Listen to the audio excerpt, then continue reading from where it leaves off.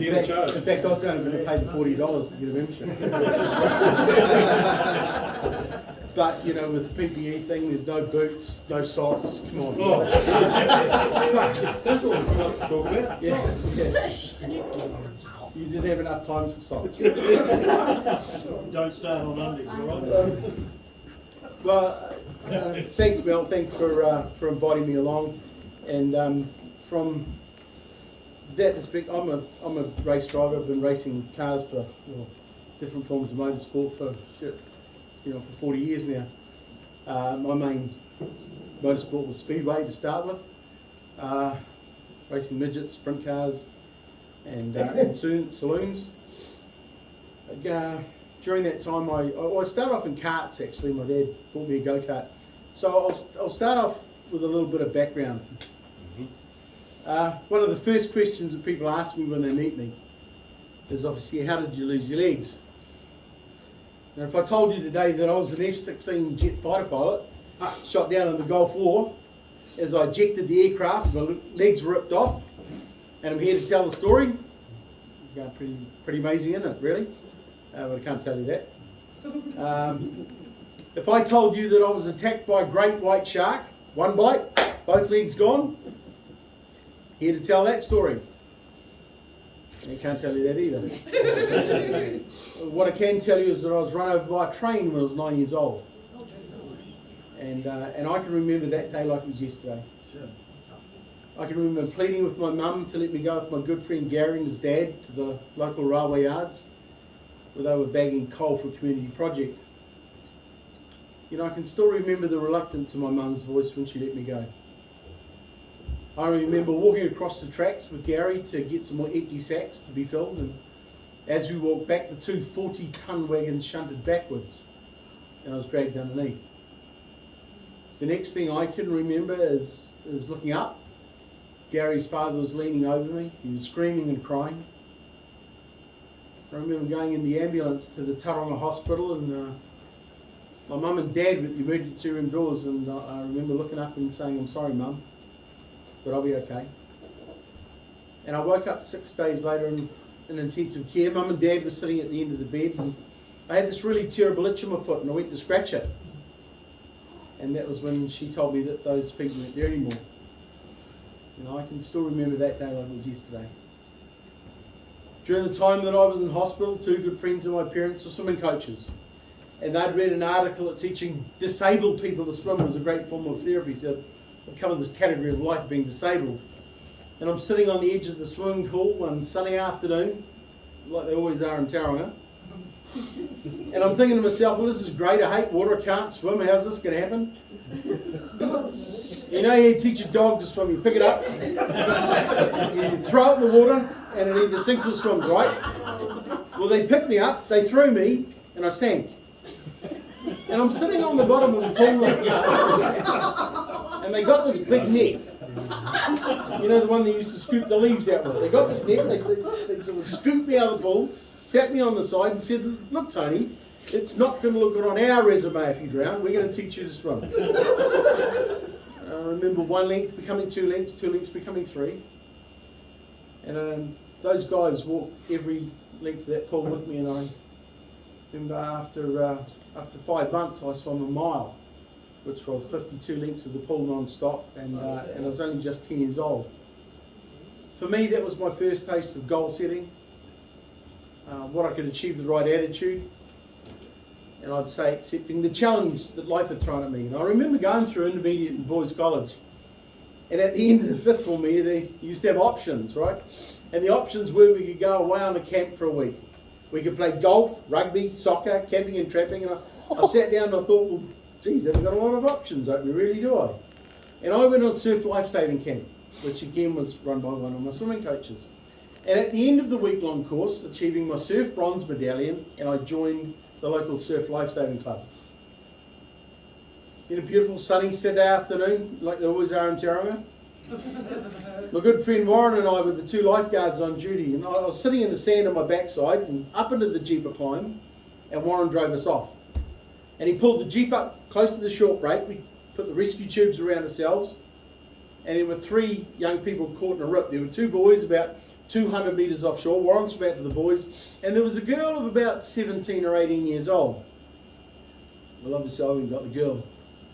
And when I got to her, she was in a great amount of distress, really upset. Calming her down, I assured her that I knew exactly what I was doing, everything would be just fine. Put the rescue tube around her, and we slowly swam back into the beach. And you know, I'd say with our conversation, she had this image of a 6'2" bronze lifeguard. Because we're in the short break, the sort of water was up to here on me, and I'm sort of dragging her along the sand, and we got to the point where she could stand up. Because she stood up and she looked down at me, she looked out at the surf, she looked back down at me and fainted. And I gained a reputation of causing more accidents than I say. For me, it was a very special time in my life, and you know, I'd say it was one of those acceptance things because that's what all my friends are doing. And that time in my life, 15, 16 years old, sitting in front of the television with my mum and dad, and the Olympic Games were on. We've all seen the Olympic Games medal presentations, and like many of you, I thought to myself, wouldn't it be an awesome experience to represent your country? Can you imagine what it's like to be up on a podium, receive a medal, and have your national anthems played? A proud moment it must be. From memory, the high jump was at the time. I wasn't sure I was going to do that. But later that year, I was introduced to the disabled sport movement. I went away to the Nationals that year in Wellington. I was selected to go to Japan. And since that time, I've been overseas 6 times to the World and Paralympic Games with many gold, silver and bronze medals. A story I want to share with you tonight, which is really dear to my heart, was at the 1980 Paralympics in Arnhem, Holland, and it was the final of the 100 metres backstroke. We're all in the pool, getting ready to start, and we looked to the side, and they were lifting this young man from Israel out of his wheelchair and putting him into the water. And he had spina bifida. He had these little short, sort of twisted up arms, a very small body, little wee legs, and he was floating away on his back. We started the race, and I finished second in a time of 1 minute 18 seconds. We got out of the pool, we were drying ourselves down, we looked back, and this little guy was still going, his little wee arms were flipping away. Every now and again he sank under the water, he came back up and spit the water out. And it took him 9 minutes to finish the event. On that day we were up on the podium, we were receiving our medals and having our national anthems played, that proud moment that I'd always imagined. You know, it was a proud moment when we all took our medals off and we offered them to that young man. You see, we felt that his achievement was greater than ours. We won the race. That's what we trained for. You know what? You know, he finished. Cool. And I think what that's allowed me to do in my life is to appreciate the things that I have. You see, I know many disabled people that are far worse off than I am. Yet in saying that, I know many able-bodied people are far more disabled than I am. And most of the time it's because of their attitudes. Their attitudes to their lives, families, friends, their work, customers. What are attitudes? I think attitudes are habits of thought, the way we think about things. If our habits of thought are unenthusiastic, with a lack of desire, it's reflected in our attitude. If our habits of thought are enthusiastic, with a desire to succeed and accept the challenges that life throws at us, that's reflected in our attitude. And I believe in my heart that it's our attitudes which determine our level of success in life. You see, I've been very fortunate in my life to have had many successes. You know, all those years ago, trying to get a job, you know, I went around all the sign. I started to do sign writing, ticket writing, and graphic art and things like that, cartoons. And when I went to try and get a job,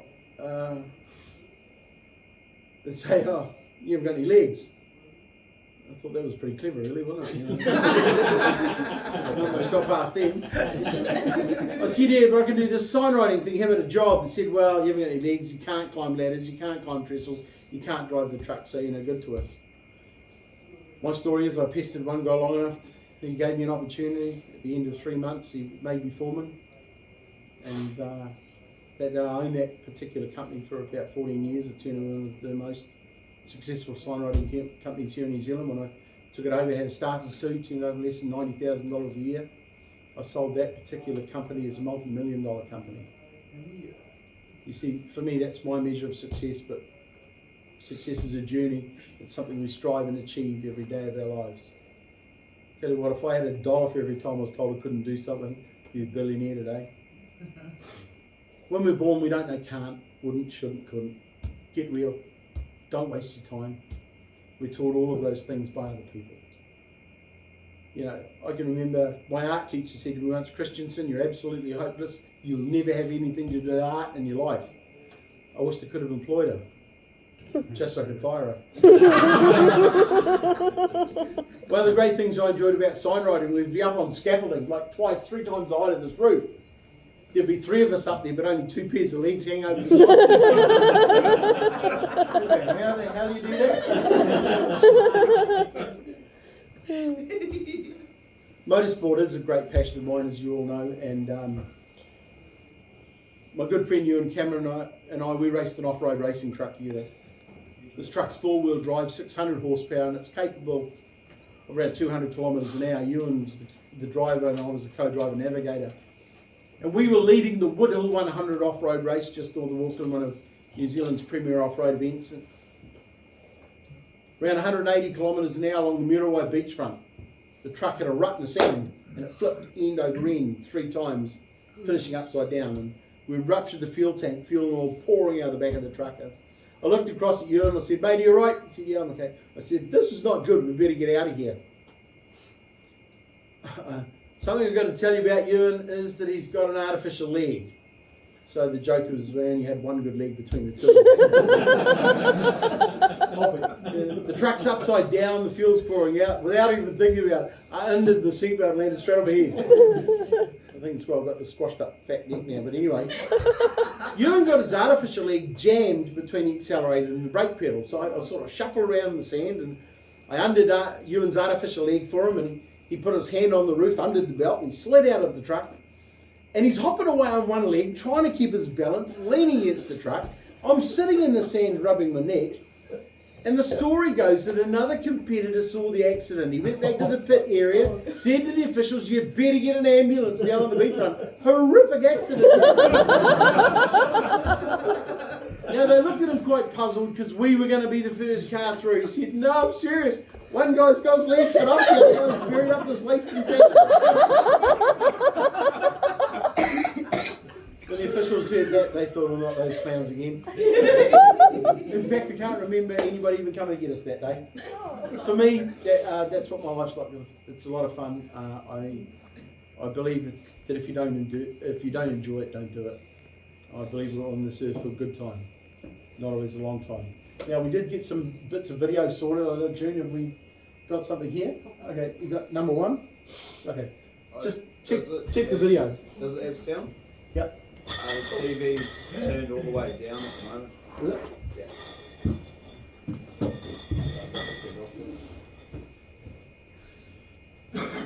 So this is a video of some of the things I do. I've done skydiving, I've done 7 skydives, 4 solo skydives in Lake Taupo actually. We landed about 20 metres out from the shore. Obviously landing on the ground wasn't an option for me. I'd get more up, well, yeah, anyway. And then I've done 3 tandem skydives. You'll see some cars racing in the video, so you can work out which ones I'm driving. I've represented New Zealand for 8 years in wheelchair basketball, so you'll see the New Zealand wheelchair basketball team playing South Korea at the time. And there's another little bit of a story at the end, so watch the screen. Prefer solo or tandem dive? Right? Prefer solo or tandem dive? Solo, definitely. This is the video of the tandem, or one of the tandems. How many have done a skydive? Right now. What's wrong with the rest of you? If you do it naked, you do it free. That's what I do. That's the old Taupo track.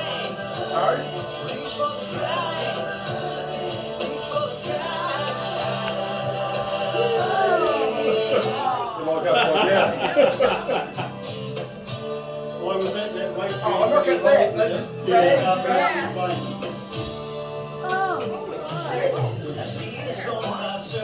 It wasn't a good night. When you do it right.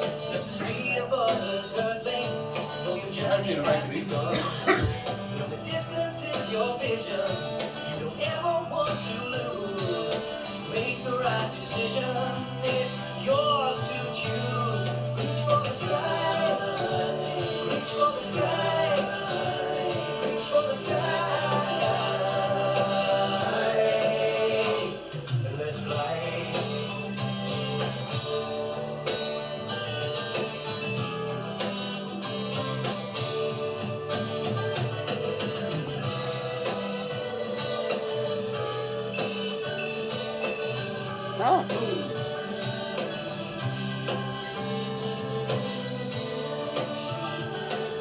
Bounded expectations, it's time to break the chains.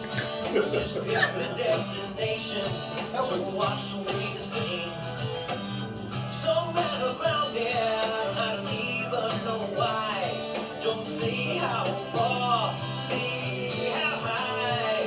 Reach for the sky, Is that the Kaituna? reach for the sky, reach for the sky. This is Kaituna, hey? The Rarua one.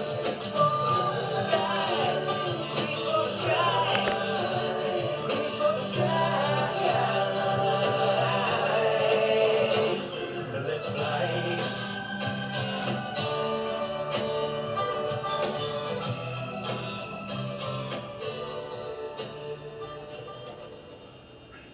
Obviously, you saw the cars racing there, and the old Mark III that was here at the old Taupo track, the original one where I got a bit of a tap from Grant, sprayed from behind and put me around, bastard. There's always one. Get him Eh? I got him back. Spray. Yeah, spray. I got him back. Don't worry about that. And then obviously the speedway stuff, as I say, I've been doing that for really 35 years speedway. And a friend of mine saw that piece of video, and he said to me, "Geez, Tony, you crash a lot." And I sort of had to think about that for a little while. Well, I've been doing it for 35 years, and I've always gone on the theory that the more you do something in life, the more opportunity there is for things to go wrong. You'd agree with that, right? Yeah. He said, no, that's not quite correct. He said, the more you do something, the better you should get at it. So maybe we've got to rethink that one. You don't know the limits unless you push them. That's right, exactly right. And motorsport for me is a really good analogy for my life. If I follow the person in front of me, where am I going to finish the race? Second or behind, right? Well, guys, in my life, I'm a leader, not a follower. And one of the things that leaders do is we all take risks. We take calculated risks, and you've seen a lot of motorsport in your life, and it's all about taking those calculated risks. So, especially in speedway, for me to pass that guy in front, you get close to the concrete wall, it's very unforgiving, believe me. And I have crashed a lot. But I can honestly say I've won a lot of races as well. So I think motorsport for me is just a good analogy of life. I'm a leader in life, not a follower, and that's the way I'll always be. I can remember the first night at Western Springs Speedway of the season. Willie Kay, I don't know if any of you heard of Willie Kay, used to be the promoter of Western Springs. And he would bring the crash crew around through the pits at the beginning of the first night of Speedway. And they're all walking through, following Willie. He's sort of the leader, the tour leader. And they got to my car, and it was my sprint car at the time. And he's looking at it and he said, as he went past, he said, "This is Toenails. He hasn't got any legs, so if he crashes, don't bother looking for them." And then walked off. And there's all this crash crew looking at me, looking at the car, looking at me, and he's halfway back down the pits, trying to work out, that was their orientation to Toenails at Speedway. So, that was always a bit of a joke around everybody, even the crash crew for me. And I tell you what, the crash crew at Western Springs for many years was one of the most professional I've ever seen in my life. And you always felt safe when they were there. And the little joke was that most of the nights they'd come through and say, "Have you found those legs yet?" Toenails, you'd be pleased to know that on that thing, with the jet sprints at Mary Race jet sprint track, Yep. we've always worked with some of the Western Springs crew, and we've developed quite a good reputation with them. And simply because of their professionalism and what they do. Brian and his crew up there, which is second to none. Yeah. And I think a couple of our guys here have worked on the Bay Park crew, who they've been discussing with the standards and the management. But if they hang in there, maybe we can change things. Yeah, but it's but Brian and his crew at Western Springs were legends. yeah, you can always rely on them, and a lot of that flowed down to Bay Park when Willie was down there as well. Probably not so much under Bill Buckley, but Buckley's probably got a different set of ideas about. Yeah, but as you've seen, I've had some pretty big ones in my life, and I know what it's like to hit the ground really hard. Tony, that one where you roll the yellow saloon car at Bay Park. Mel and I were both at that meeting with our wives, and Louise was absolutely horrified when you came out of the car. Oh my God, he's leaving! Well, the thing is, the bastards dragged me out like a sack of potatoes. They literally When I was upside down, I got out of my seatbelt and I was just sort of trying to get out, and they grabbed me by my epaulets and just dragged, because the car was on fire, and they just dragged me away like a sack of. I said, "What the fuck? You think I'm a sack of potatoes or something?" And they dragged me right out of the car and into the infield on my stomach like this. I had a big crash at Bay Park one night in my midget, the original Bay Park track in my midget. Went over it a couple of times, and midgets ride wheels and things like that. And I went straight into the wall, knocked myself out. Anyway, the crash crew pulled me out through the top of the cage, and same thing, all the kids, all the crowd standing, and only half this body comes out, and they're all like, but I was actually out to it and never saw a thing, until they put me onto the stretcher, but they put me right at one end, and the stretcher flipped up, and I ended up back on the track again, and that was a bit of a fail for the crash crew, I have to say. So I don't know whether I got concussion from the car or from rolling out of the stretcher onto the track. I told you about the one with you and I at the old Taupo track. Yeah. It sounds like you're lucky to not have more bits missing. Yeah, well. Well, after that, would you have any fear about things, You live life. Oh, no fears at all. None whatsoever. Why fear it? Yeah. It's like we're in a world today where, we blame other people for, the bad things in our life, and it's easy, rather than take responsibility, and I suppose I'm just one of these take responsibility people. It's like, this winning or losing thing, that's quite a big thing in New Zealand, isn't it? If you're not a winner, you're a loser. Look at the All Blacks. You still get a certificate. Playing tonight. Yeah, for participation, exactly. But, it's about, they push this winning or losing thing. And I entered a weightlifting competition in Tauranga. It was about 14 years ago. It was an able-bodied weightlifting competition. And I entered the bench press. I won that event with a lift of 220 kilos. Jeez.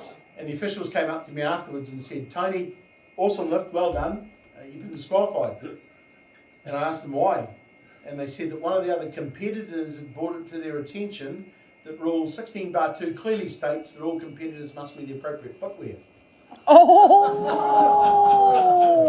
Would you believe it? The day I go do well, I forget to take my shoes. That is a true story. It's a true story. Damn! And some of the other stuff, do We're gonna lose a fucking title.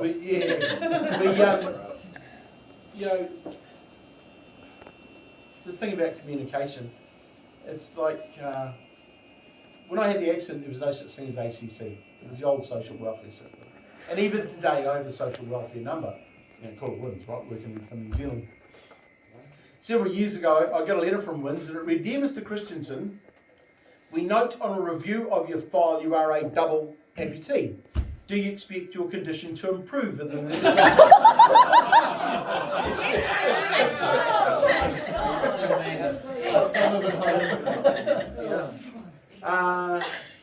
and like, What was the reply to that? Well, what could you reply? Ain't getting any better. Yeah. Nothing's happened in the last 40 years. Well, like Mum was pretty upset about the accident and everything, and they said to my mum and dad that I'll never live past the age of 20 years old because the pressures of life with these horrific injuries will be so great. And I got past 20 years old, they sent me to a psychiatrist. I was in there for 3 hours with that man. It took me that long to straighten him out. Man, here's some hang-ups. See, this thing about people's perception, we judge people, right? You know, people see me in a wheelchair, they see me without legs and everything, and they judge me. They have no idea what I can do, what I can achieve in my life, yet we judge. That's what we do in life. It's like the hassles I have with Motorsport New Zealand, or had over years. Subsequent, I don't have them anymore. You know, about this 12 seconds to get out of a car, you know, and I got out in 3.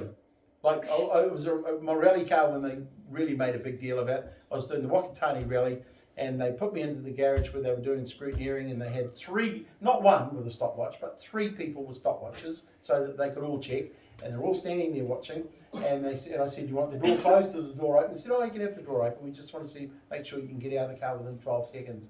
And they were standing there and they're looking at their stopwatches, and they said, "I'll go now." Flipped the belt, and I just flew over, rolled over the intrusion bar, and sitting on the ground. I said, "How quick was that?" And he said, "Oh, 1.5 seconds." and one guy looked at the other one and said, "You're a fuckwit," and then they walked off because they were arguing about how long it was going to take. You know, so there is this perception that people have, and they judge. And so, you know, doing the motorsport thing has always been that little bit of a challenge, and it's always been in the background. It's the same thing that Mel was talking about.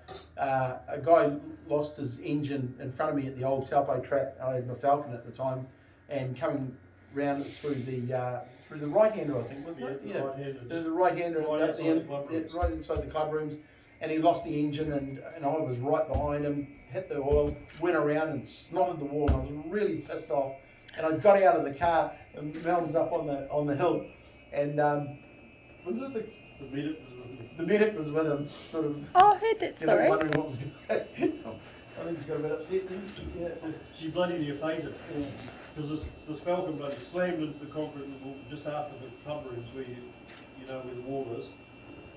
And this guy hops out of his car. Well, I knew who was in the car, so I had no surprise. But I was standing there, I hopped off my quad that I was on, and standing beside the quad, he hops out of his car. Now, this guy has attitude. He really does. And you've heard some of that come out. A short fuse. Yeah, that's a good way to say it. And so I'm standing there, and I'm waiting for him to hop out the car, because I could see what was happening. So he threw his belts off, the door flies open, he hops out, straight down on his ass. The medic standing beside me thought, "Oh, fucking look at this!" She bloody near fainted. I had to tend to her before I hopped down. This guy hops out. Now the attitude comes in. Fucking oil, fucking on the track. Bastard, and put the yellow flag out. I stood in front of him, so he couldn't actually. Well, Ronald could have bowled most of us over if he wanted to. But I stood there and I looked at him. I says, "Get on my fucking quad now. Sit on the bike." So he rumbled. So he didn't go and sort out the other drivers. But you don't get to where he is without attitude. No. Yeah. And we've all seen the movie, and you were talking a little bit earlier about land speed racing and things like that. And you probably know of Alan Thornton. When I went to Bonneville, I've got a drag car. I do a little bit of drag racing as well, and it's a blind altered, so it's 1,300 horsepower, nasty little, angry little thing. And we've had a few passes with it, but a few issues. But I'm circuit racing at the moment in GTR NZ with in the Star Car, 55, which is great fun, and really enjoy it. Our last meeting here for us was just a fantastic meeting and a good weekend actually. And so GTR in itself is just a great class. So many different cars to race against. It's good old time racing as far as what I'm we like to concerned. do is, as far as the rescue is concerned, at racetracks that I speak to all over the country, I think you should put a picture on the side of the door with a wheelchair or something, so we know when we haul you out the car, we're not looking for the legs.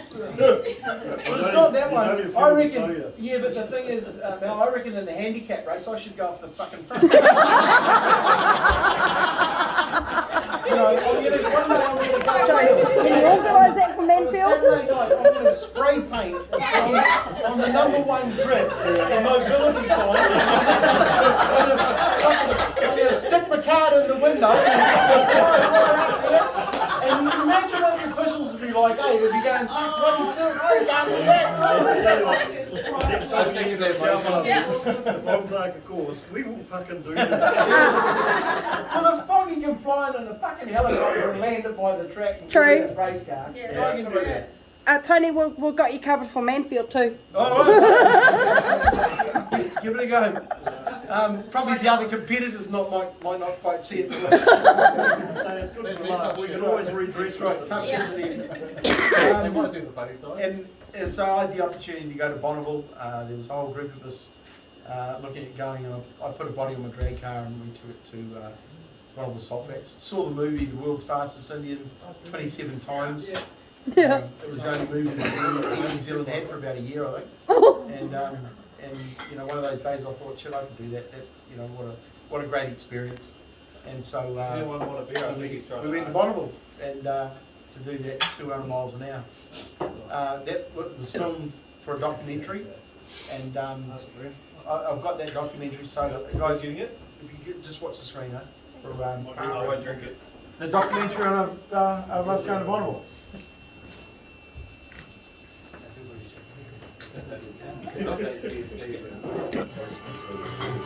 It's all Bonneville. When you see Bonneville for the first time, you see what appears to be snow, but in fact, it's mile upon mile of dry salt bed. Millions of years ago, it was the ocean floor. Yes.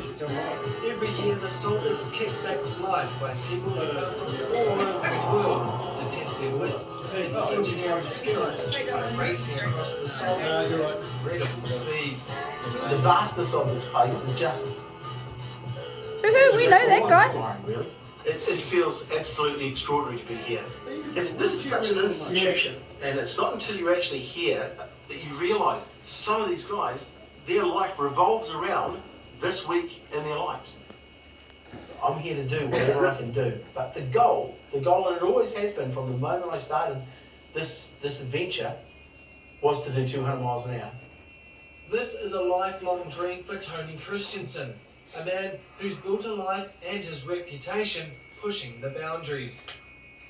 He's here to confront his ultimate motorsport challenge.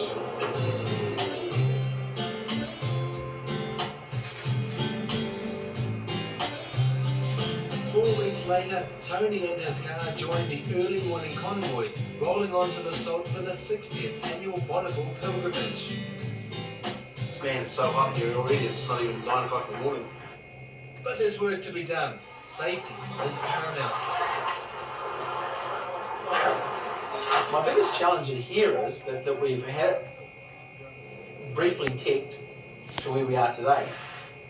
We now go into line in about 10 minutes' time, and we have a new set of technical inspectors, and they will go over the car completely, and they may find a different set of issues.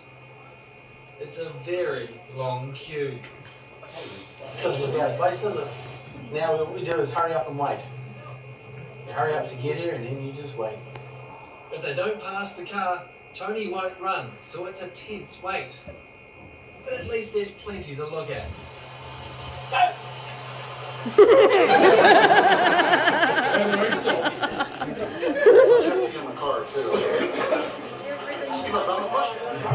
The safety officers don't deal with many people with a disability.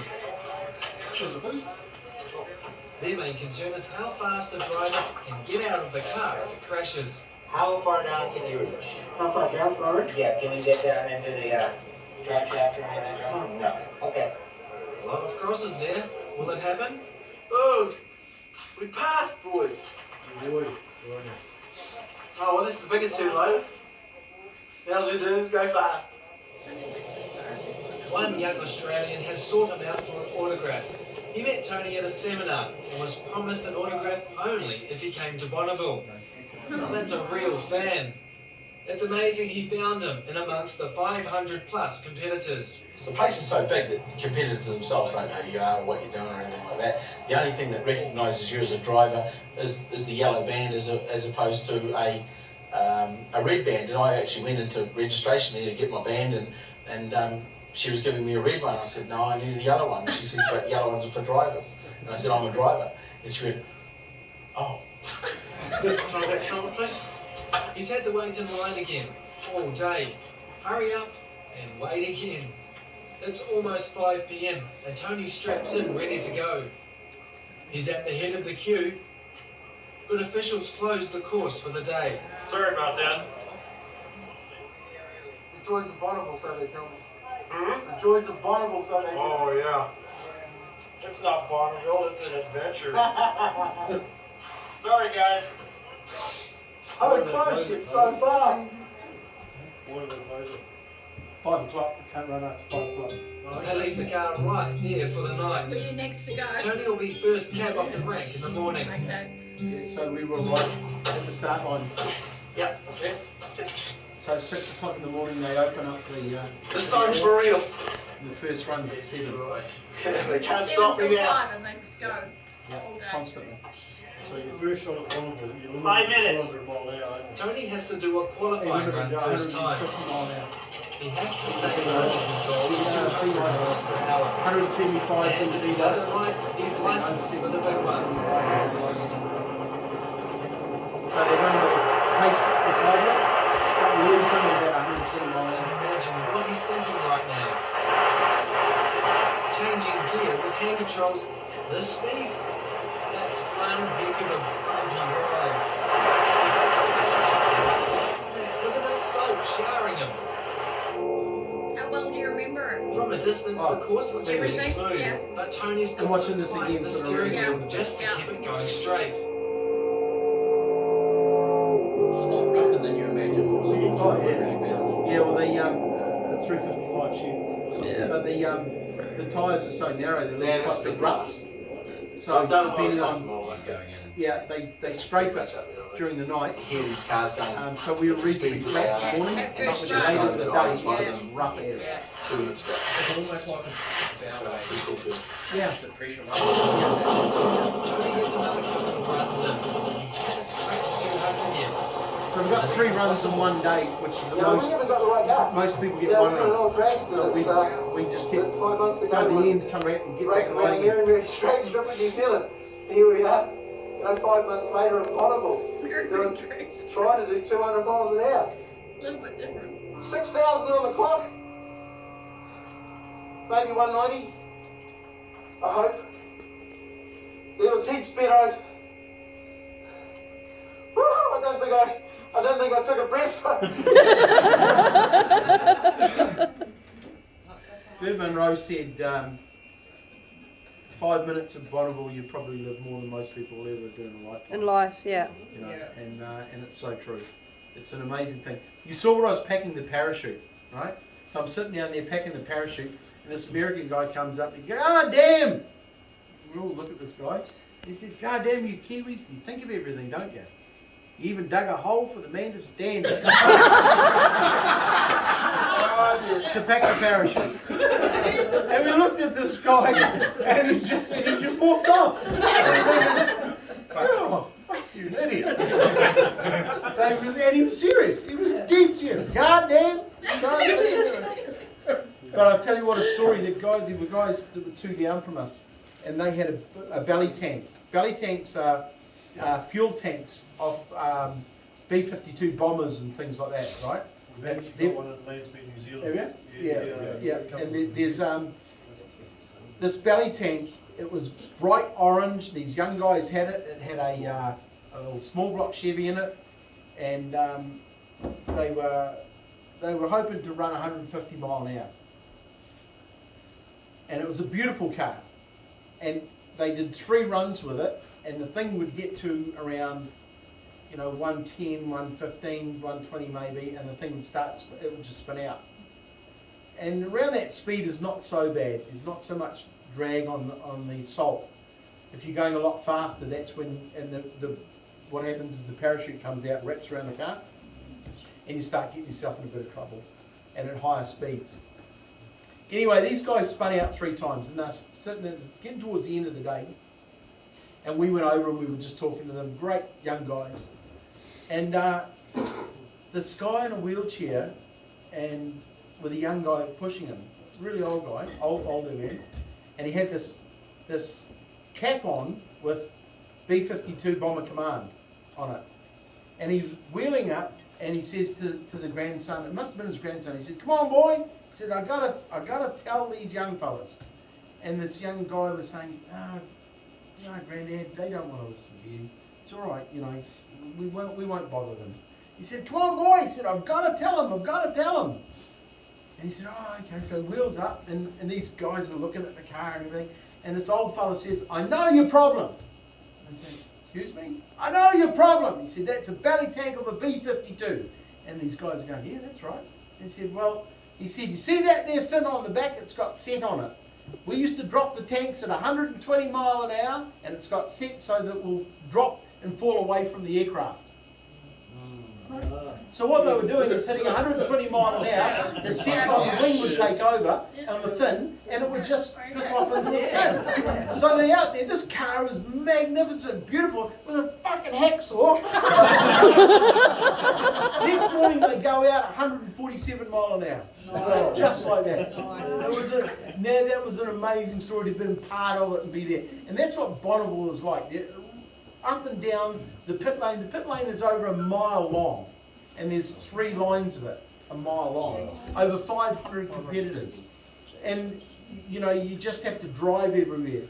To get from the pits, we started off on the short course, and there were actually 2 short courses a year we were there, and then you've got the long course. The long course is beside the pits, which is 8 miles long. The short course is 5 miles long. So when you take off on the short course, you've got a mile to get up to speed. You're timed between 2 and 3, and 3, possibly 4, but most of the time you're only timed between mile 2 and mile 3. And so you've got that mile, and then the rest of it is just a shut off. On the long course, you're timed between mile 3, 4, 5, and then you've got another 3 miles to slow down. With Bonneville, you have to pull your parachute no matter how fast you're going. And that lets the crew and the start line know that you're okay. If you pulled your parachute, pull the parachute and then you pull off. The thing is that at 200 miles an hour, when we did faster than that, we were around 240, you're travelling the length of a football field a second. And there are 5 crash trucks. It will take up to 3 minutes to get to you if you have an accident. So, you know, you've got to be very safety conscious. SFI 25 suits, Wow. right, which is 5 layer suits you have to wear. Wow. And like they are as thick as, and trying to pull them down in your belts and everything, they are so uncomfortable. And we were sitting in the car for nearly an hour before we got to run, because if a guy in front of you or 2 cars ahead couldn't run, they pull him out, the next guys go into line. And so, and they do run alternately. So you'll run this line, this line, this line, this line. And it's just constantly like that all day. So, as I say, we were 5 miles down the other end, which is a hell of a long way on the salt. We would hook the car back up, we would tow it back to the end of the line, put fuel in it and just run it again. And so that's how we got 3 runs in one day, but most people would only get 1 run a day. So you're in that suit all day. Yeah, you're in that suit all day, yeah.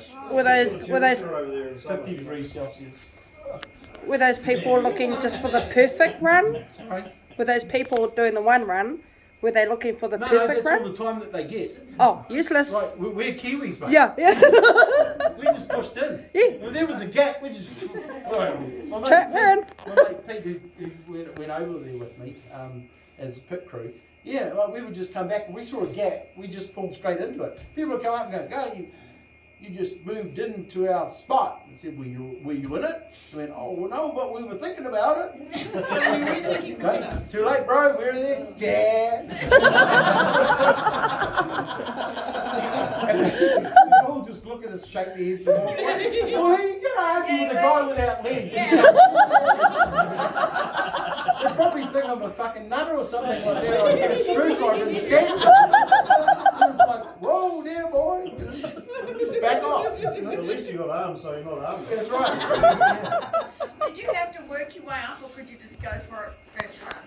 You have to work your way up. Okay. You start off with an E license, a D license, C license, B license, and A license. Right. Because of my car, I started off at a C license. So that was 150 miles an hour. then you did 175 miles an hour, and for the A licence you did anything over 175.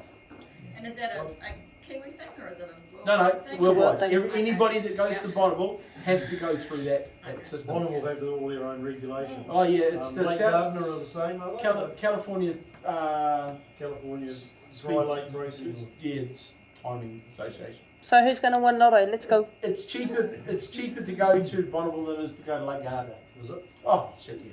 You know, Lake Gardner. Well, once it's in a container, you might, you know, whether it's 2 weeks or a week and a half to get to Aussie. But then Lake Gardner is so far inland, Yeah. and it's the roads are shit and everything. It's just it's There's such nothing a there. it's a difficult place to get to. Whereas Bonneville, you've got Wendover and and that was another thing. You go to the city or the town, sorry, of Wendover.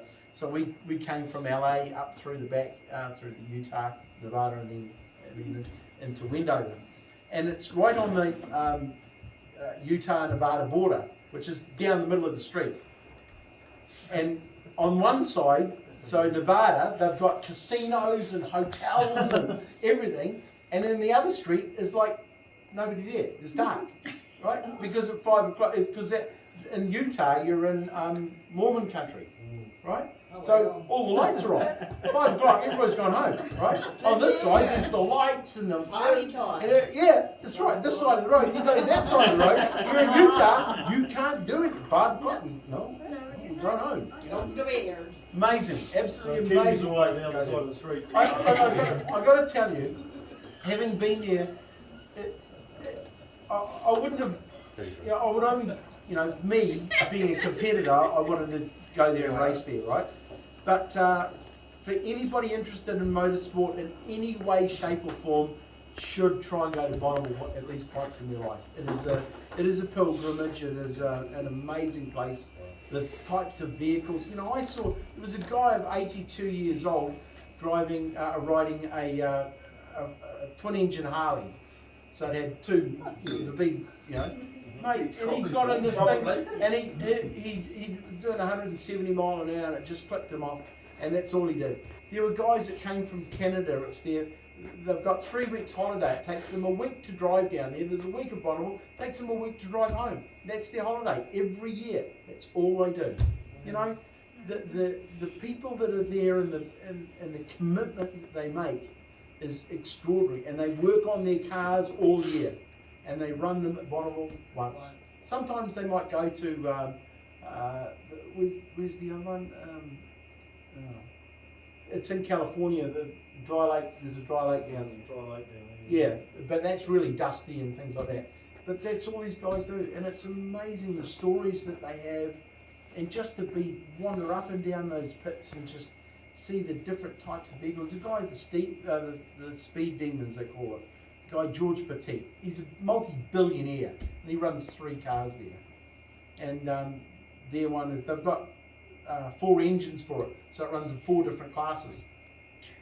And the wheel he's got at the moment is 487 miles an hour, I think it is, for a wheel-driven car. Right? So it's not a jet engine or anything like that. It's a piston engine, and it's 487 mile an hour. And then he'll put a smaller motor in it, and he'll go and run the other class, and he'll win that class. And you know, this thing's like it's a jet fighter cockpit and everything. It's just amazing thing. And they. Helicopter, you can tell that Speed Demon or George Petit's going to run because the helicopter will fly in. 2 guys get out with hazmat gear in it with dry ice. So they've got a big box of dry ice, and they come along. They pour the dry ice into the cool ice box to cool the engine, the air for the engine, and then go off. The helicopter flies off because it goes to Salt Lake City, which is about a half an hour flight time. It's 2 hours from Bonneville, and they just fly. And so every 2 or 3 hours, they've got the helicopter comes in. These 2 guys get out with hazmat gear on it. They go and they put the dry ice, get back in the helicopter and take off again. And there was another car like America. It's a place of ingenuity. You know, we talk about CFCs and all that stuff, and you know, you're not allowed to fire extinguishers and all that, right? There's guys going down. They've got 2 fire extinguishers in the car, and they get up to speed. Or, you know, getting up to speed, and then they fire these fire extinguishers off. So they've got all this cold air going into the cold air box, right just around the outside of it, to freeze the air, and there's just this white shit coming out of the car as it's going down at like 200 miles an hour. It's like, you wouldn't be allowed to do that here. You know, you just couldn't do it. You know, one guy strapped a rocket. He was pissing around, and it's all for wheel-driven cars. He strapped a rocket to a bike. Freaking push bike. And they were said, no, you know, they were all humming and hawing. You know, you remember the story about Burt Monroe, and that was actually true. You know, like a lot of people, even when I went in 2008, they still remember Burt Monroe and all that sort of stuff and the stories. And this guy gets on a bike and he fires off this rocket. Just like, you're nuts. You know, and he's just going. And that's what they do. You know, it's just a place. It's extraordinary, and so if I could encourage anybody to go there at least once in their life. So keeping control of the car, you know, you're fighting the steering wheel, the ruts and that sort Oh of thing. yeah. I think it was Alan Clausen was saying to me, he strayed off the edge of the course and actually ran through one of the wooden signs. Did he? Oh. Well, this is a Kiwi on a motorbike at 300 clicks. Yeah. So, Well, nowadays, I think they were going to go back to the centre line, but they did away with the centre line. You know, when you watch World's Fastest Indian, he's on the centre line. What they were finding is too many drivers were trying to focus on the centre line and not waver off it. The best thing is to let the car float. At 177 mile an hour, the rev count I was pulling about six grand, and it went up to 9 just like that, and it just lost traction. Just started to lift off the ground. And it's a bit of an ass puckering moment, I can tell you. But there's no centre line, there's just it's 100 feet wide is the track, and it's just 2 black lines down. And you don't actually realise how fast you're going until the marker boards go past you. Then you start to get a bit of an idea. But at 177 mile an hour, the car went from the centre line right to the left, fully back to the right, and back to the centre in probably half a mile. It happens that fast. It really happens that fast, and the worst thing you can do is yank on the steering. Sad thing, the year that I was there, a guy got killed, and but he didn't get killed racing his car. The car caught fire. It was a long dragster, and as he pulled off to the side and got out of the car, he was fine, and lifted the bonnet, and it was smoking. Lifted the bonnet, and obviously with the oxygen just exploded, and and he said he passed away. You know, and so we were told, and you're told, don't touch the car. Like if you are worried about it, pull the fire bottle and just get the hell out of it. You know, but he obviously thought that it wasn't as bad as it was or whatever, and so you're not allowed to touch the cars. If you get out of the car if you think there's any danger whatsoever, but it was a rear engine car, and so you probably didn't know too much. Why are the fire engines so far away? Why are they not dotted up the run? Well, because over 5 miles, can you imagine how many you'd need? You'd probably need 20 it really or 30 is a of numbers them. game just to get them there to be. Oh yeah, Okay. yeah. There's probably not 20 fire engines in the whole of Utah. Yeah. I think to put it in perspective as well, the pits and that in relation to where any spectators put about 5 miles away from the track or something, aren't they? No, on the long course you're probably only 400 meters on the from the long course. Yeah. Oh, you can see them. It's just right there. You can see them clearly. Yeah. The short courses tend to be over the other side. Like we would tow 15 miles. By the time we from the pits to the start line of the short course was probably 5 miles. You would have to go all the way down the length to get picked up, come back another 5 miles, and then come 5 miles back to the pits. You know, and it's a long way. You know, and you're only allowed to do between 10 and 15 miles an hour. You know, and everybody's got a CB radio, and everybody's monitored. So they'll call you and tell you what you're doing wrong or what you're doing right or whatever. Amazing place. It's extraordinary. So you put that into perspective where you've got this wide open salt flat, and you're doing, say 200 mile an hour, which is what, 320 clicks. you've got Gowdy's Road that we run events on a sealed road with trees, 10 metres away, and we're doing 350 kilometres an hour on bikes and cars. Yeah. So that's why Motorsport New Zealand won't sanction our event, because their risk assessment You can't says, blame them. yeah, no, you can't. You You can't. can't, because, yeah, But when it goes wrong there. Because the thing is, we're running these events, we've run them safely, we've got what we think is probably So the is best safety roadblocks precautions riding on the we can road? have, Just including normal necessary dirt bogs on the road? evidence. But, Well, that's a risk we motorsport. At run. the end of the day, it'll never be 100% safe. No. As a driver, you know yourself. You take that. But that's the reason you do it. Deep down, that's the reason you do it. You don't do it because it's fun and safe. Just stay here. Well, the thing No, I'd like to just- point out just to you stay all is, Sort of. Just we all join the sport because we love the sport and we enjoy the people we do it with. But this gives us a chance to meet people like Toenails and a lot of other people I've met over life, at all levels of motorsport. And it doesn't matter whether they're a rock star, it doesn't matter whether it's the Ken Blocks or the Travis Pastrama, as some of us have met, jet sprints and things like that, and Toenails here, or whether it's a guy racing a bloody Formula V here at Taupo. They're all people who just love the sport. And it's, you don't want to get into the business of categorising, they're all, we've met rock stars and we call them that, the WRC, they're all world champions, everyone. And things like that. But at the end of the day, they're just another motorsport competitor who appreciate what we do. Yeah, from my perspective as a driver, just knowing all of you guys are there make a huge difference. It really does. And probably from my speedway days initially, and seeing how well the Western Springs guys, as you see, I've had a few tumbles in my life, and to know that they were there, and old Doc that was up there, and he made a huge difference to everybody. Just knowing that someone was there to take care of you should things go wrong, And so, I congratulate you all for what you do, because, it can't be easy.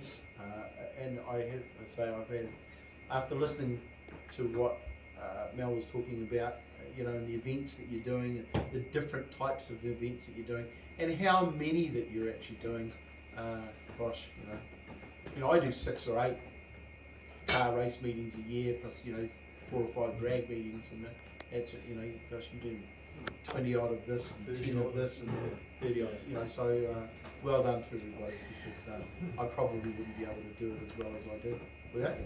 Well, some of us are just motorsport sluts. Hey, Hokie. Some of us have no life. Might not be the right sort of terminology. But Oh, I'll say it. Well, exactly what you said there is what we get from the jet sprints, because we do the full jet sprint series. They know us and they know what we do, and that gives them the confidence to race as hard as they do, knowing we're there. seconds away. Yeah, it's the same as They here. can't thank us enough. They don't run oxygen like half the Aussies do, because they know we will be there. Yeah. And that's what we love about it. Some that won't run without us, and that's that's the reward and recognition that we get to know it's a job well done. Yeah, it's That really is a key difference between jet sprinting and how they, like you've heard tonight, how the jet sprint people class us as family. Whereas in motorsport, we get very few thanks and very little gratitude. And We appreciate you. Honestly, we appreciate you. Actually, you're saying that it's the lower classes. It's Yeah. lower classes that appreciate us more. You go Yes. around with the hits with Yes, the higher the higher classes, they are, they're the a less bit- they give a Oh, raise. yes, Yes, absolutely. and the promoters have a lot to do with that too, because they put themselves on this particular pedestal and things like that, especially with, some of the GT cars and things like that, so Mate, crashes are crash,